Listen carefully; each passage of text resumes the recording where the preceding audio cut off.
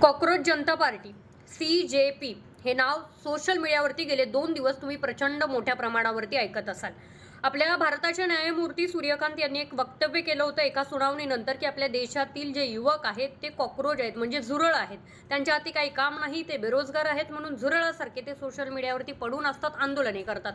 हे बोलणं भारतातील तरुणांच्या मनाला लागलं की नाही माहिती नाही, पण मराठी एक मुलगा आहे, अभिजित दिपके नाव आहे त्या मुलाचं। त्या मुलाला इतकं लागलं की त्या मुलाने सरळ त्या नावाची एक पार्टीच खोलली केली, म्हणजे सोशल मीडियावरती पहिल्यांदा एक पेज चालू केलं त्याने CJP म्हणजे कॉकरोच जनता पार्टी नावाचं, आणि त्यानंतर त्याला इतका प्रचंड मोठ्या प्रमाणात प्रतिसाद मिळाला की पहिल्या दिवशी 40,000 पेक्षा जास्त तरुणांनी त्याचं सदस्यत्व घेतलं संपूर्ण भारतातून। दुसऱ्या दिवशी हा आकडा 2 लाखांच्या वरती पोहोचला। तिसरा दिवस आहे, हा आकडा 4.5 लाखांपेक्षा जास्त पसरला असून इंस्टाग्रामवरती सर्वात कमी वेळेमध्ये सर्वात जास्त फॉलोअर्स या आयडीने आतापर्यंत मिळवलेले आहेत। म्हणजे काल संध्याकाळी ही जी CJPची आयडी आहे त्याचे फॉलोअर्स होते जवळपास 1.5 मिलियन, आणि आत्ताच्या क्षणाला या आयडीवरती याचे फॉलोअर्स आहेत 5.5 मिलियन, म्हणजे जवळपास 55 लाखांपेक्षा जास्त जी तरुण पिढी आहे ह्या कॉकरोच जनता पार्टीसोबत जोडली गेलेली आहे।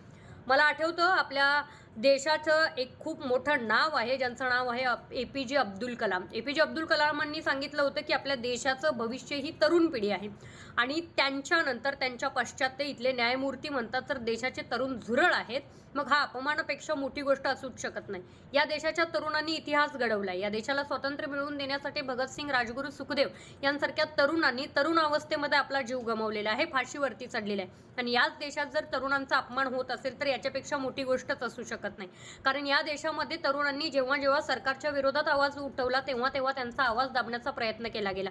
दिल्लीमध्ये एका 22 वर्षाच्या तरुणाने सरकारच्या काही फ्रॉड्सवरती आवाज उठवला तर त्याला जेलमध्ये टाकण्यात आलं। ध्रुव राटीवरती आजकाल कमेंट केल्या जातात।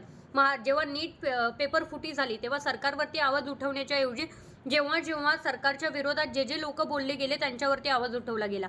कांगणे सर महाराष्ट्रात त्यांनी अनेक पिढ्या घडवलेल्या आहेत, अनेक पोलीस अधिकारी घडवलेले आहेत। कांगणे सरांची आयडी बॅन करण्यात येते, मात्र ज्यांनी नीट पेपर फुटी केली त्यांना अजून मात्र मोकाट सोडलं जाते, त्यांना फक्त ताब्यात घेतलं जाते।